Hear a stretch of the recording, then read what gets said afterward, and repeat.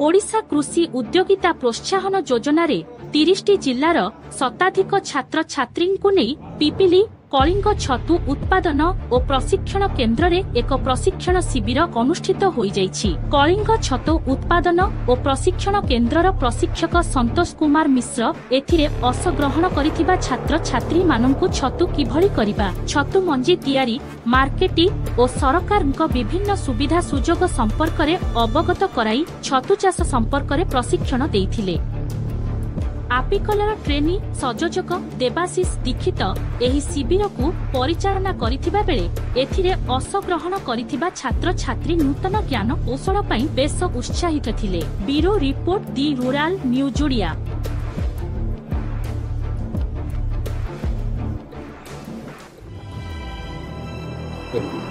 मो ना संतोष मिश्र, कलिंग मशरूम रो प्रोपाइटर। दीर्घ 36 वर्ष काम कला भितर बहु संख्यक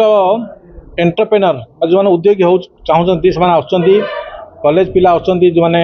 विभिन्न प्रकार यूनिवर्सिटी पढ़ुं से कार्यक्रम एक अंश स्वरूप प्रतिवर्ष भली 2-3 बैच आपिकल पठाए और ता भर यू बैच टी आशार 30 जिलूर मैंने आसछंती। विशेषकर युवक लोक मान स्वावलंबी करने सरकार जो विभिन्न योजना कर कृषि गोटे अंतर्भुक्त ता भर छतु चाष गोटे मध्यम ताकू ट्रेनिंग नापी एवं प्रैक्टिकल ज्ञान एवं सविशेष तथ्य पाइबापी से आज ट्रेनिंग नौकरी। ये कार्यक्रम से विस्तृत भाव छतु चाष विषय मनी विषय मार्केटिंग विषय और सहित सरकार विभिन्न योजना विषय जानवे। ये जानला से विभिन्न जगह कृषि उद्योगी मान उद्योग प्रतिष्ठा करेंगे, उद्योगी हे और सरकार जो चाप रोचे बेकारी दूरीकरण करें से बेकारी दूरीकरण करें विशेष भाव सहायता करेंगे। सहित ग्रामांचल अनेक प्रकार जो चाष उद्योग गढ़ी उठिले आम राज्य गोटे विकसित राज्य हम यही लक्ष्य नहीं कार्यक्रम चलती। मुझे एपिकल ट्रेनिंग कोऑर्डिनेटर अच्छी आमर जो पिला माने एबे आमर 16 डेज रो ट्रेनिंग चली आमर एपीएस ओपेक अंडर ए ट्रेनिंगटा होची जो आमर मुख्यमंत्री कृषि उद्योग योजना जो अच्छी तार जो मान से तो बड़ स्कीम अच्छी अंडर जो एपीएस स्कीम अच्छी ओपेक्रा तो पिला माने आमर ट्रेनिंग नौकरी पाखापाखि 30टा डिस्ट्रिक्ट बौद्ध, गंजाम, आमर मयूरभंज, बालेश्वर, भद्रक ये सब विभिन्न जिलार पिला माने ट्रेनिंग पे आसछंती। एटा आमर 16 दिन ट्रेनिंग भितर आमर 4 दिन एक्सपोजर प्रोग्राम थाए। तो आमर यहाँ हूँ 3rd डे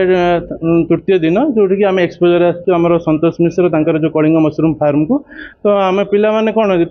थियोरी क्लास तो ऑलरेडी कर सारी तो प्रैक्टिकल पिला माने केमिति शिखी पारे तो से आम एठू नहीं आसीचु ये से शिखी गलापर से निजे स्वावलंबी केमिति हो पारे जहाँफल सरकार जो लक्ष्य अच्छी समस्ते निजे चाकरी करने सहित प्लस अन्य मानक केमिति नियुक्ति दे पारे तो सेटा हूँ गवर्नमेंट सक्सेस केमिति हो पारे से प्रोग्रामटा चलू।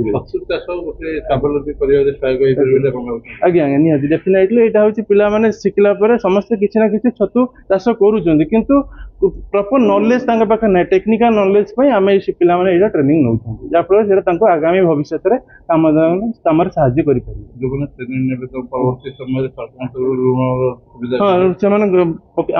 लास्ट दिन गोटे एग्जाम हम एग्जाम इवालुएसन हम इवालुएसन हिसाब से जो मैंने ट्रेनिंग पास करेंगे पास कर सारा सर्टिफिकेट मिल जो फल गवर्नमेंट जहाँ जहाँ भी माने स्कीम अच्छी लोन्स अच्छी भी मिल पार प्लस से वर्षे पर्यंत गवर्नमेंट कौन हो जो मैंने इनक्यूबेशन पीरियड चलो जो मैंने कि छतुरे स्टाइपेंड भी अच्छी सरकार तरफ प्रति मंथ 5,000 टंका मिल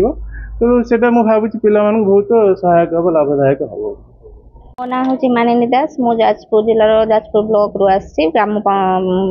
कुंज बिहारपुर पणसा पंचायत आसी मु प्रथम छतु चाष करी छतु चाष मु ठीक भाव तार माने प्रोसेसिंग जानी नथुआरु मोर छतुर प्रोडक्शन भल मंद किसी माने भूल त्रुटि है जो मु माने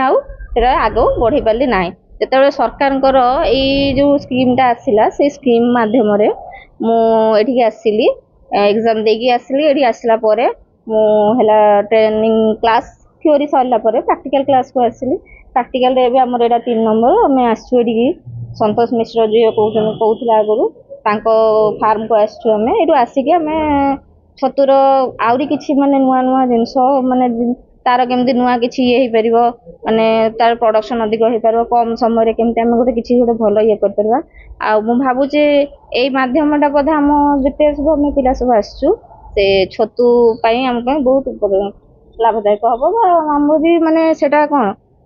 ସେଟା ଭଲ ହବ ଆମ ସମସ୍ତଙ୍କ ପାଇଁ। ଆମର ଆଗରୁ ଆପଣ ଛତୁ ଚାଷ କରୁଥିଲେ, ଏଇ ଆଜ୍ଞା। ଯୋଉ ଛତୁ ଚାଷ କରି